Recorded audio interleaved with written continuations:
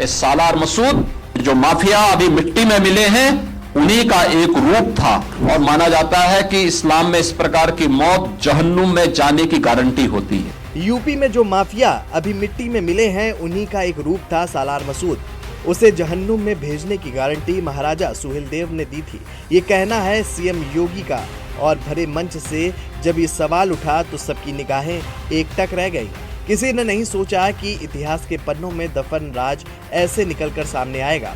वो यहीं नहीं रुके, उन्होंने अपनी बात पूरी करते हुए ये भी बताया कि एक आक्रांता के नाम पर आखिर मेला क्यों लगता है। जिसने भारत की संस्कृति के साथ खिलवाड़ करने की कोशिश की उसके नाम पर मेला क्यों, और उन्होंने क्या कुछ कहा आपको सुनाते हैं। इस सालार मसूद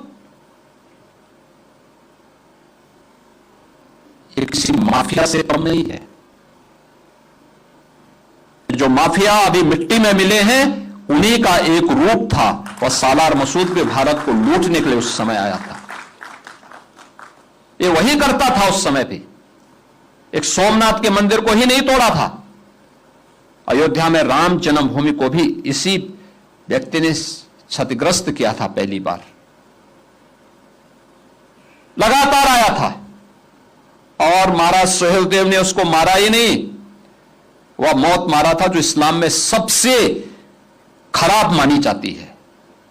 आग में गरम लोहे के तवे को रख करके उसमें बांध करके जलाया था उसको, और माना जाता है कि इस्लाम में इस प्रकार की मौत जहन्नुम में जाने की गारंटी होती है, और जहन्नुम में भेजने की गारंटी महाराज सुहेलदेव ने सालार मसूद को दी थी।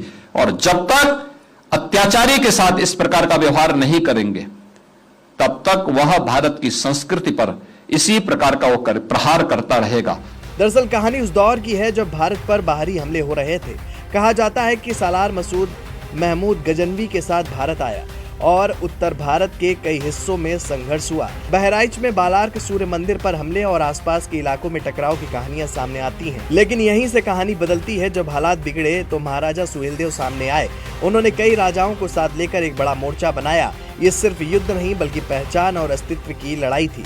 जब इस मुद्दे को योगी आदित्यनाथ ने उठाया तो प्रशासन भी हरकत में आया, और यही वजह है कि ये मामला अब सिर्फ एक मेले तक सीमित नहीं रहा बल्कि ये विचारधारा और राजनीतिक नैरेटिव का हिस्सा बन गया है। अब देखना होगा कि ये विवाद यूपी की राजनीति में कितना बड़ा असर डालता है और इतिहास की ये बहस किस दिशा में जाती है।